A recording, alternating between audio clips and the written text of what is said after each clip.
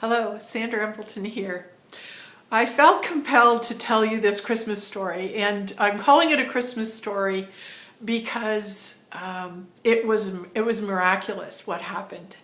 And I'll start at the beginning of this story. So I was shopping at Sherway Gardens, just outside of Toronto, Ontario, and I was having a day where I got there really early at 10 in the morning, and I had a few things to return, a few more last minute gifts to get, and I came out of the store after getting all my stuff done, and as I came out to the store, there was this woman standing at the doorway looking out into the parking lot, and I said, "Merry Christmas," and she's standing beside me. She goes, "Oh," she says, "Well, it's not right now." And I said, "What do you mean?" And she says, "Well, I've just had this terrible thing happen." She says, we're from Brantford.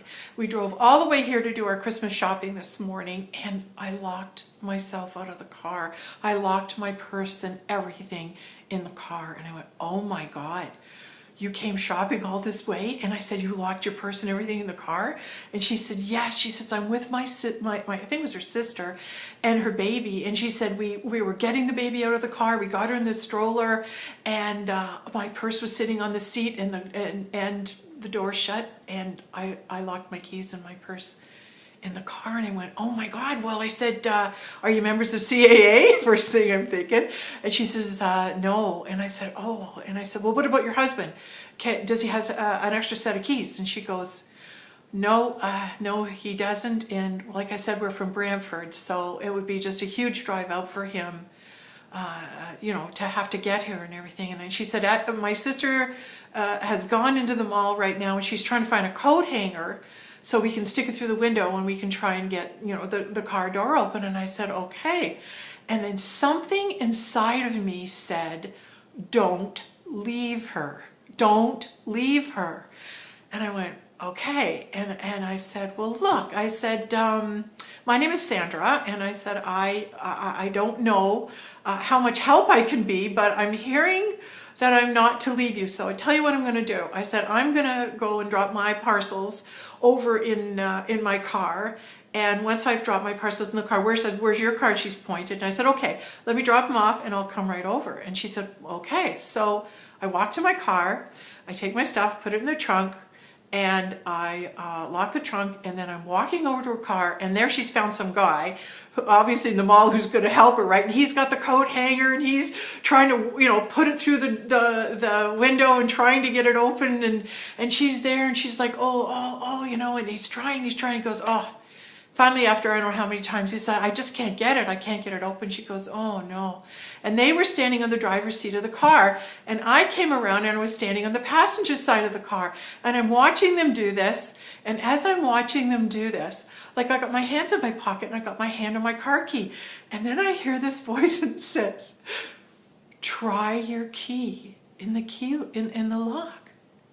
And I go, "Huh?" And I look down at my key, and I look up, and I take my key, and I put it in the lock on the passenger side, and I turn it, and it opens. Like, the car opened. And I'm like, "Oh my God." And she comes around the side, she's jumping up and down, she's going, "Oh my God, oh my God, oh my God." And she says, "What made you do that?" And I said, I just heard this voice that said, "Try your key, like, just put your key in the lock and try it." And I did it, and it opened. And she goes, "Oh my God, oh my God." And we got the car door open, and she says, "You're my angel, you're my angel." And I said, "Well," I said, "obviously, God put me in the right place at the right time, that I was able to help you." And I said, I was floored, and she was floored, and she was so happy. And she got her purse and everything she needed, and back she went to the mall shopping. And I went back to my car, and I was just like, "Oh God." We're so conditioned to believe that our car key only works in one car, right? And I was just blown away when that happened. So that's my story of a Christmas miracle, and how important it is that when you hear the urging of God or Spirit speaking to you, especially at this time of year when things are so hurried and your hustle bustle of the Christmas, just remember to listen to that voice, or for that voice, because there's people that need our help right now. And those of you who are angels here on the earth need to be reminded that you could be called on at any time by God to help people in need right now. So pay attention when you hear that voice, or when you find yourself in a position that you're going, oh, this is weird, or something's going on here. Try to take in some deep breaths and look around and have the awareness of why God has put you exactly where he's put you. Because chances are someone might need your help. And I'm a big believer in that. Like I'm hearing this voice of some woman that I've met a year ago, and I'm hearing her voice, so I know I'm hearing it for a reason. So I'm going to give her a call, and maybe go. And I think I'm the one. She's someone that I'm supposed to help out a little bit this Christmas. I believe they're brought right to you.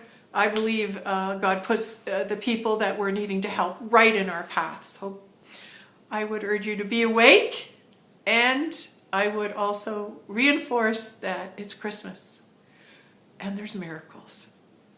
And aren't they awesome when they happen to us?